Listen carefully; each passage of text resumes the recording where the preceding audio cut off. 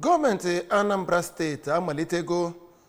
ego dị narị ijeri naira abụọ maka ọlụ okporo ụzọ dịka amụpụtara ya na amụma ego ọlụ nke afọ 2025. Nke a dị na nkeri amụma ego ọlụ nke afọ 2025 enyere ndị ụlọ omeiwu nke Anambra steeti nyere gọvanọ Chukwuma Soludo. Ọ gụpụtara ya nyere ndị nta akụkọ ma kọmishọna na-ahụ maka amụma ego ọlụ bụ Oriakụ Chiamaka Nnake mepụtakwara nke a na ọ ga na-agwa ndị nta akụkọ okwu na Jerome Udoji steeti sekretariat bụ nke dị n'Ọka. Ngozi Obileri wetara anyị akụkọ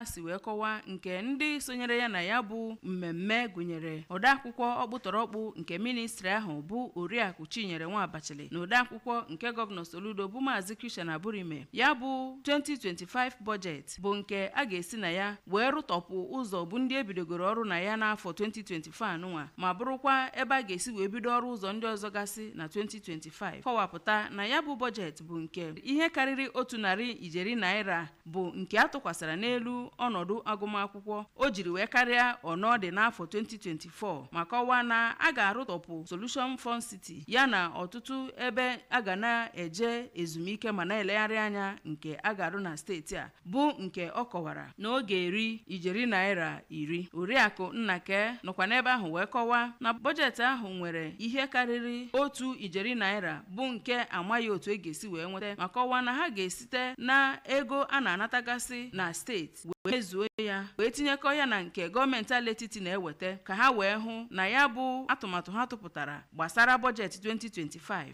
bụ nke a ga-emezu. Site n'Ọka, abụ m Ngozi Obileri.